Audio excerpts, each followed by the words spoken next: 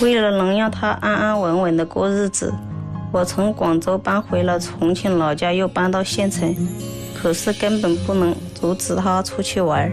我只想出去多认识一些朋友，这样不管到哪里都能有人照顾。我现在只想要他一个态度，到底是要朋友还是安心和我在家过日子？交朋友和照顾家庭并不冲突，我不知道他为什么非要把事情弄得这么极端。掌声有请这一对，有请。秦先生37岁，来自重庆，滴滴司机，有请。李女士36岁，来自重庆，无业，有请。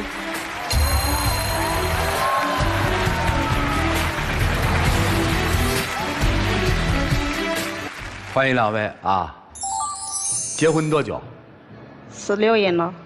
啊？21出头就结的婚是吧？有娃没？有2个女儿。哎呀，2000斤呐！啊，不错不错不错。这个资料上面说您是无业是吧？是一直就没有职业吗？以前我还是做过生意。哦，您还做过生意？对。啊，现在不做了？现在没做。有多久不做生意了？现在在家里面带孩子有好几年了。哦，有好几年了。对。小片其实我们看到了，妻子开宗明义的跟我们说，因为他太好玩了，所以我就搬了3回家。对。他怎么个好玩，怎么搬的家？你跟老师们简单的讲一讲。以前嘛，他不是这个样子的。我们2个刚认识的时候，我们是在广州认识的。广州，那个时候嘛，要好一点，他还帮我做家务啊。自从生了小孩之后，经过朋友介绍了一份工作嘛，要比较轻松一点。礼拜六、礼拜天他都不上班，可能是那个时间太休闲了吧。啊。他就学会了，慢慢学会打牌了。这打什么牌啊？斗地主什么的。哦。后来嘛，越打就越离谱了，有时候深更半夜都不回来。那个是的，唠叨，老是唠叨，我回来早了你也唠叨，回晚了你也唠叨。那个打牌是玩一下，又不是赌博，玩一下有什么嘛？那打完牌回家您就数落他是吧？因为这个，我相信夫妻之间没少争吵和争执，对吧？你们俩因为在广州他打牌，争执最厉害、最激烈的一个场景是什么样的？还记得吗？我记得最严重的一次啊，那天晚上他很晚才回来，我跟他打了几个电话，他一直都说我马上就回来了，马上就回来了。结果10点多到11点钟才回来吧，一气之下我就把门反锁了。他回来的时候，他的脾气比我的脾气还大，可能他觉得我把门反锁了嘛啊，他觉得他没面子，他就把那个门2脚3脚就把它踹开了。嚯！当时我们2个吵了好大一架。当时我喊你开门你不开，不开门我只有踹门了呀，踹门了你都跑了嘛，跑了就我当时是这样想的，孩子还在未来嘛，我不相信离开女人我都养不活孩子。哦。我当时这样想的嘛，我也没给他打电话，我到最后孩子都哭了嘛，我都给他熬米汤，结果喂他不吃，好我说这样也不是办法，我都给他打电话，电话他也不接，只好出去找他。后来我还不是回来了吗？我都去找了几条街没找到，没找到就回来了。我知道什么时段孩子会饿啊。妈知道闺女要吃奶还是回来了啊，等于这件事就平息了是吧？对。后来还有一次。但是我还不是健身，还不是改了吗？改了我买菜呀、煮饭还不是煮过一段时间的。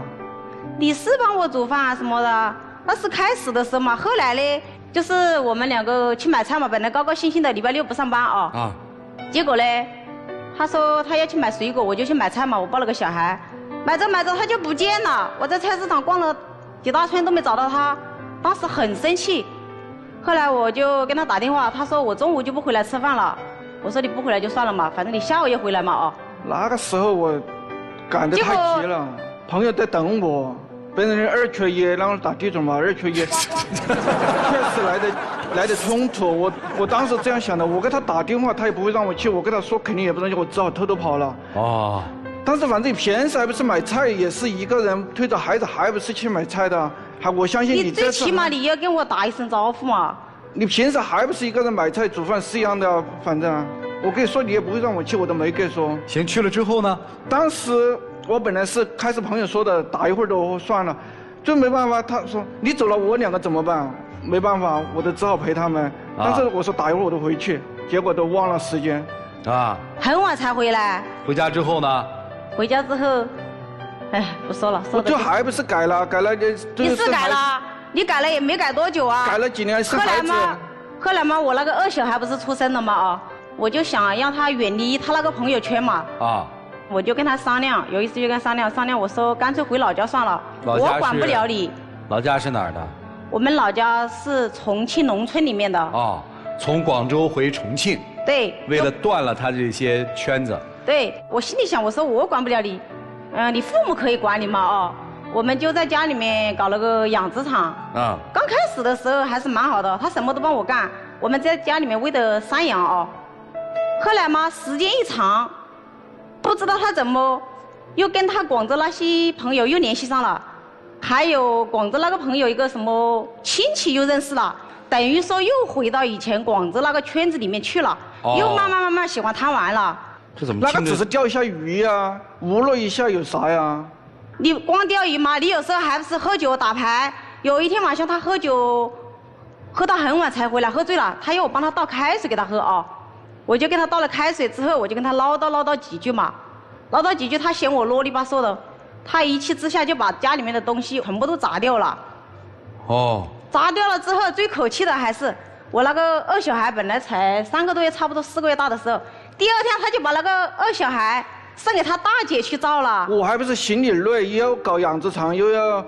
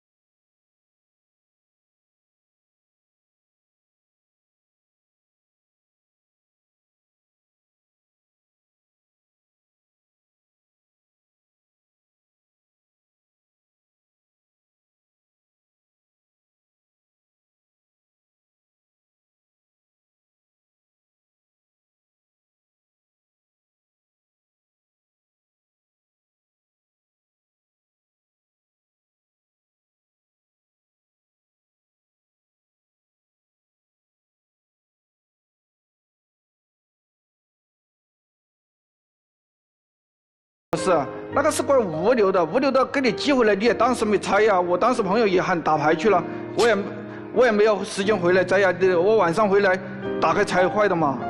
说白了，你就是太相信你的那些什么狐朋狗友了。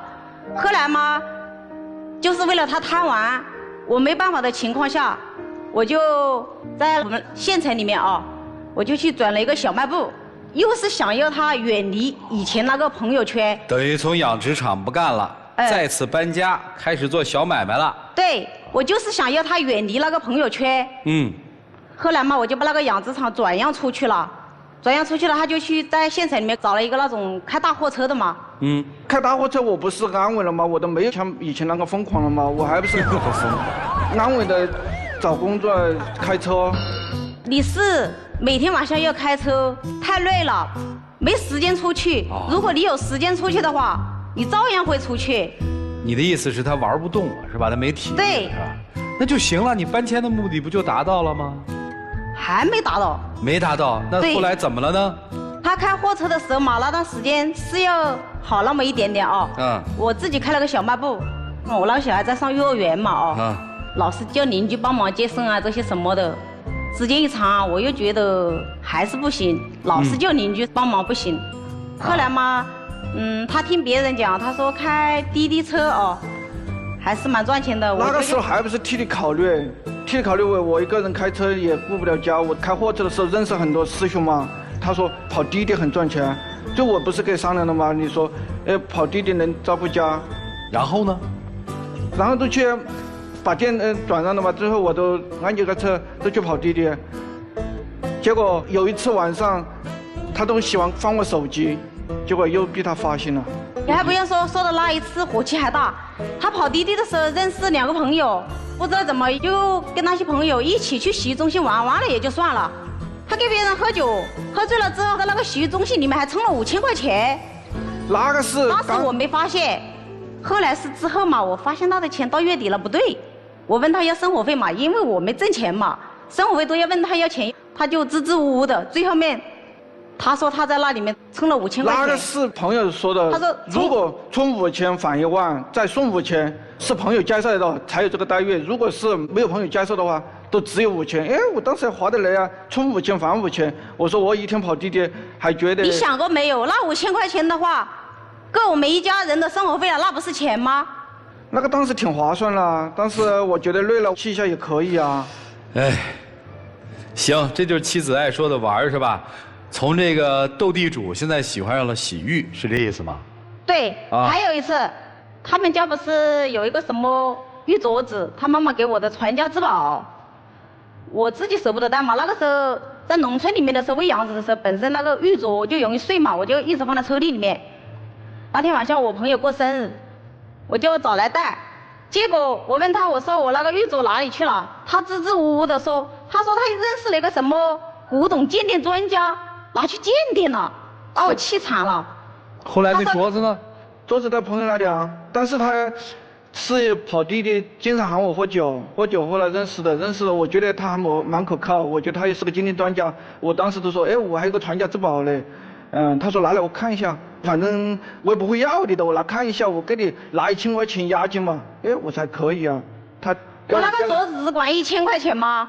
现在镯子呢？当时我要他打电话的时候哦。他不相信，后来打的时候是空号了。我说他又骗了，他不相信。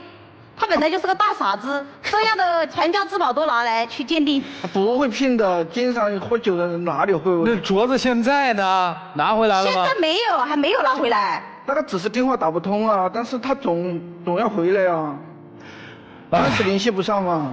还有一次就是他母亲被煤气中毒了，他姐姐就跟我打电话。刚开始的时候跟他打了好几次没打通，跟我打了之后我接到了，我又跟他打，他还是打不通。我没办法，我就只有抱着小孩包个车回老家，在半路的时候打通了，可是对方接电话的时候是个女的，我就问他，我说你们在哪里？他说在洗浴中心。我当时不是回来了吗？异性朋友怎么嘛？女朋友没有什么。当时我很生气，我就把电话挂掉了。就我不是回去了吗？我也回去了。你是回去了，可是那是你母亲的命了嘛。唉，这一家过的。今天来干嘛呀？今天我主要来的目的就是要他跟我一个表态。表态啥？你到底是想跟我安安稳稳的过日子，还是要你那些什么狐朋狗友？现在他还有很多狐朋狗友吗？有。打牌吗？现在？打。斗地主？都来。都来是什么意思？打麻将啊，斗地主啊，斗牛啊，什么都会。当时他搬的时候，我是这样想的：无论你搬到哪里，我要不到2天，身边的朋友也是一大堆。啊，那你是靠什么把那些朋友都招来的呢？打牌。你身上有什么独特的气息呢？打牌喝酒啊。打牌喝酒。啊。哦，现在还有新的爱好，洗浴是吧？那没办法呀，他打牌也不让我打，喝酒也不让我喝，就我都是学着偷偷也被他发现了。但是我觉得也没什么呀，只是他的想法不一样啊。您这头发怎么都没了？打牌打没了。哎呀，他比我那个2个小孩还要难管。这是你老公哎，不是你娃哎。现在挣的钱，家用够吗？反正将就，也过得去。你承认自己贪玩吗？好。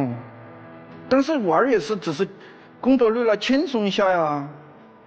行，他玩的很过分嘛。我不知道，因为我没管钱。我没上班，他上交的钱够用吗？家里有时不够用就吵架。行吧，那你打算来就是不让他玩了，对吧？对。这孩子管得住吗？这孩子，那咋办？他比我2个小孩还要难管。我今天来的主要目的就是希望大家帮帮我想想办法。对，人家说了，除非搬出地球，是吧？就到一个人迹罕至的地方，你交不上朋友。只要有人，你就能交朋友，是吧？你知道你交的叫什么吗？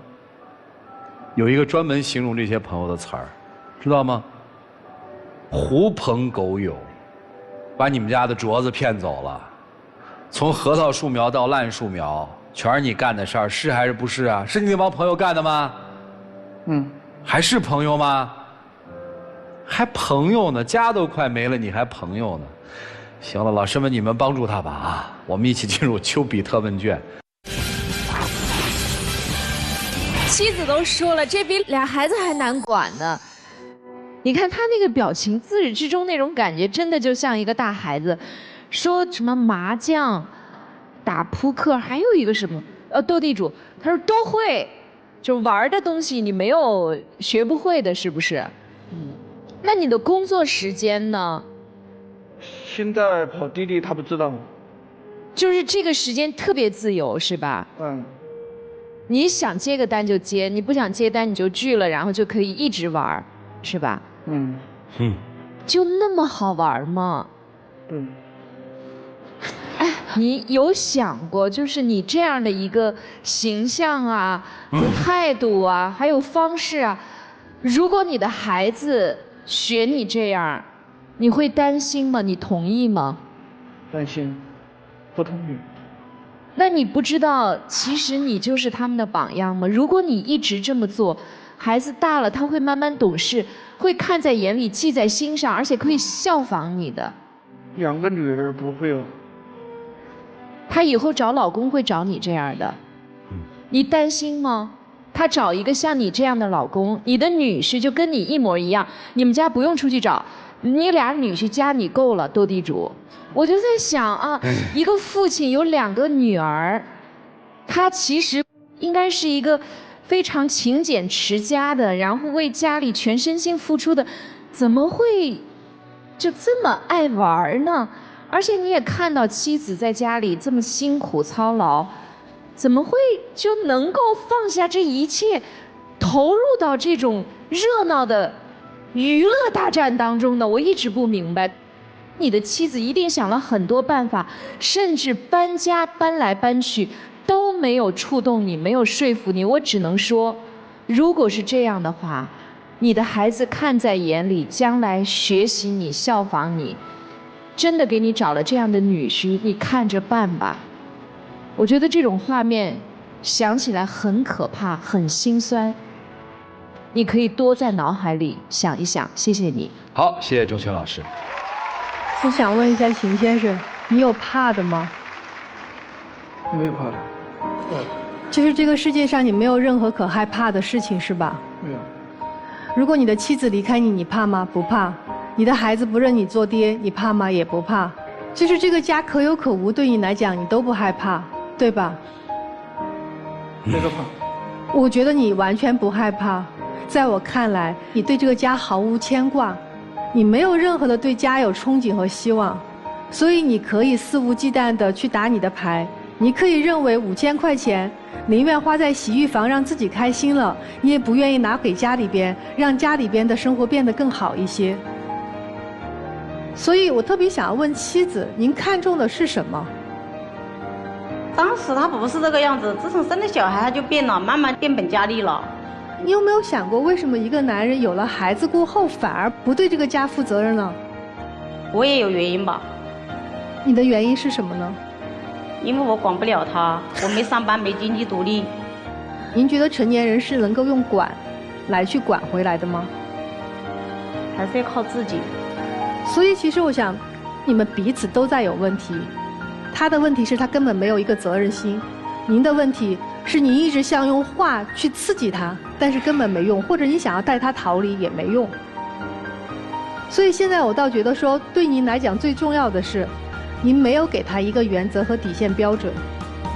比如说，好老公，我们商量一下，未来我们想要把这个家变成什么样子？家里边孩子未来读书大概1年需要花费多少？未来孩子要不要给他存一些嫁妆？现在你们估计都没有考虑过。你们本来是可以生活在很好的富裕线上面，结果你们偏把自己活成贫穷线，你们把自己过得特别苦。这个男人在外面把自己过得特别的滋润。所以我想对先生来讲，如果一个人真的没有任何可害怕的事情，那你想想这个人该有多可怕。您伤害的是您妻子的感情和孩子对您的尊重。所以把您的心该收的收回来一些，同样妻子把您该给的关爱给一些，少一些抱怨，少一些絮叨。这样的话也许你们家还会变得有温暖，否则的话你想拴他拴不了。好，谢谢小鹏老师。先生，其实你现在的情况挺危险的，你不觉得吗？你想想，本来你这见招拆招，总能把家里糊弄得顺溜溜的，这么多年都是这样的，怎么就今天来我们这儿了？糊弄不了了，对吧？糊弄不下去了，因为你不是个孩子，你不是个说，哎，我完成了我妈交给我的任务，其他的我能躲就躲，能玩就玩会儿，能使坏就使会儿坏，反正我这家我这妈不会不要我。但不是这个状况了呀，你们的孩子都长那么大了，如果你还是始终以这种游离于家庭责任、游离于家庭情感的状态，那你真的危险了。你想想，再过几年，这大女儿已经15岁了，对吗？再过几年，女儿一成年，孩子们一大了，你在这个家什么角色啊？你还有被需要的地儿吗？你怎么办？所以我觉得先生这个年龄你应该清醒，玩我不反对，交朋友我也不讨厌，但是度你得自己把握。在家庭生活中如何权衡给家里的时间和付出给家里的情感，以及外边交朋友的这种度，你自己一定要有底线。如果你继续这样下去，那你的婚姻真的要出大问题。我想跟妻子说的是，人家孟母三迁是为了教育孩子，他不是孩子啊，为什么10几年了他活成这个样子？你也有责任，你不能把他当一个孩子去看待。只要完成一定的任务，其他随便，我管不了就不管，反正孩子也这么大了。你对婚姻的要求太低，不是他只把钱交给你就可以了。你刚才一再说我没有经济能力啊，现在我不独立，所以我管不了。一个家不是靠谁赚钱谁就是占主动权，不是这样去维持平衡。我要是你，我就真不管他，晾着他，他就知道自己的问题在哪儿，而不是咄咄逼人的一直在这儿唠唠叨叨唠唠叨叨。其实这种状态让他也觉得，哎呀，那我把该交的钱交了，我就去耍耍吧，也会有这样的不良的这样一种循环。对，从此看待他就是个男人，男人该负的责任你就要负，你要不负起这个责任，对不起，那你在这个家庭中的位置，你的地位，你就要下降了。我不会在家等着你，帮你收拾你的烂摊子。再一转眼，小女儿再大一点，人家可以出去工作了，可以赚钱了。所以我们在家中讲究的是平衡，讲究的是分工。希望先生能够做一个成年人该做的事情，承担一个父亲、一个丈夫应该承担的责任。而女士，其实你也可以更多的去关注自己，让自己去成长，而不是依赖于他。这样，当你们的角色都很清晰的时候，也许家庭就能找到平衡。谢谢。你只有2种选择，要么离婚，要么盯死他。一个远方亲戚跟他具备同样的特质，看着挺老实憨厚，朋友也特别多，但那些朋友更多的是来利用他占他便宜的。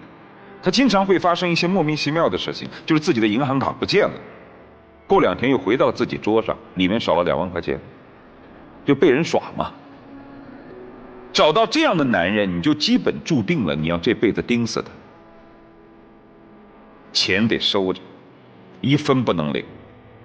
你盯这个男人，你会盯一辈子。而且有的时候他是屡教不改的。我刚才说的那个远方亲戚，有一次他的一个朋友去贷款，找他做抵押，让他去做担保人，结果那朋友跑了。过了大概半年，他又犯一次这样同样的事情，你说长不长脑子？所以刚才说不怕不怕，无知无畏，有你收拾，所以他不怕。在我生活当中，我看过很多个这样的例子，多半都是这个女人数次想离，又没有离，然后结果就管这个男人管到40、50，甚至是60，就你操劳一辈子，你所有家里的事情都要你去操持，而且你要盯着他，不能晚归，钱要上交，交什么朋友你都得盯着。如果你能这样一直盯下去，婚姻可以持续下去。但如果你不愿意，你只有离婚。找到什么样的男人，就选择了什么样的生活，选择了你将来什么样的生活质量。当然了，找这样的男人也不是完全没有获取的地方，也有，就看你到底选择什么样的生活，就是这样。所以选择权在你手里，就这样吧。好，谢谢涂老师。开滴滴是吧？对。每天回来收钱报账。没有。必须的，否则管不了。要看他的单。既然你想当妈妈，你知道他这一天确实是在跑车吗？还是在做别的？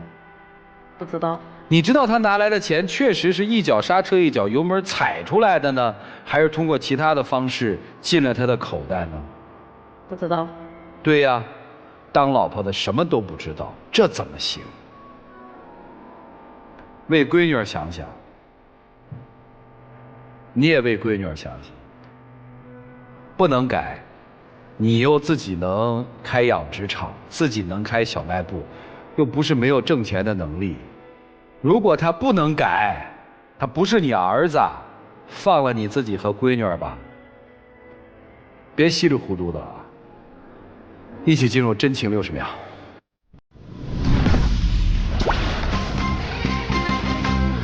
我知道错了，我再也不会跟到外面的人去鬼混、打牌这些。感谢你这么多年的对这个家付出了太多，我也希望我回心转意，把2个小孩抚养成长，还要照顾家里面的2名的老人。现在我们的小孩也读初2、初3了，就因为你太贪玩了，我根本就管不了你。如果你再不做出改变的话，我就要考虑一下了，这样的日子能不能过下去？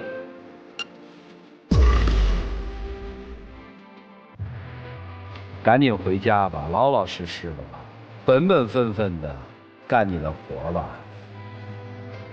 谢谢2位，请回吧。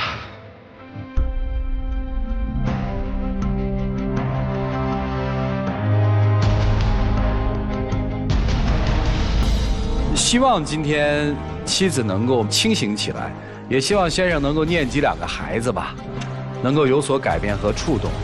好了，电视机前的观众朋友，现在请拿起手机，欢迎大家下载京悦 APP 和万事达手机客户端，进入到天津卫视的直播聊天室，边看边聊。直播过后，也可以通过京悦 APP、天津 IPTV 网络电视、万事达手机客户端继续收看本期的节目内容。欢迎大家登录优酷视频、腾讯视频、爱奇艺、搜狐视频收看节目的完整内容。看他们的选择，请开门。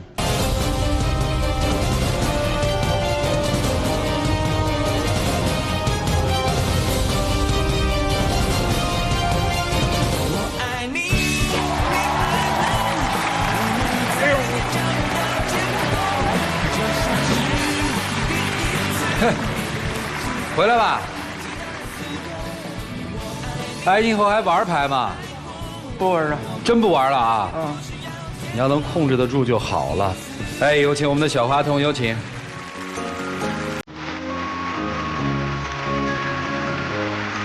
见证属于这对夫妻的浪漫时刻，各位请见证。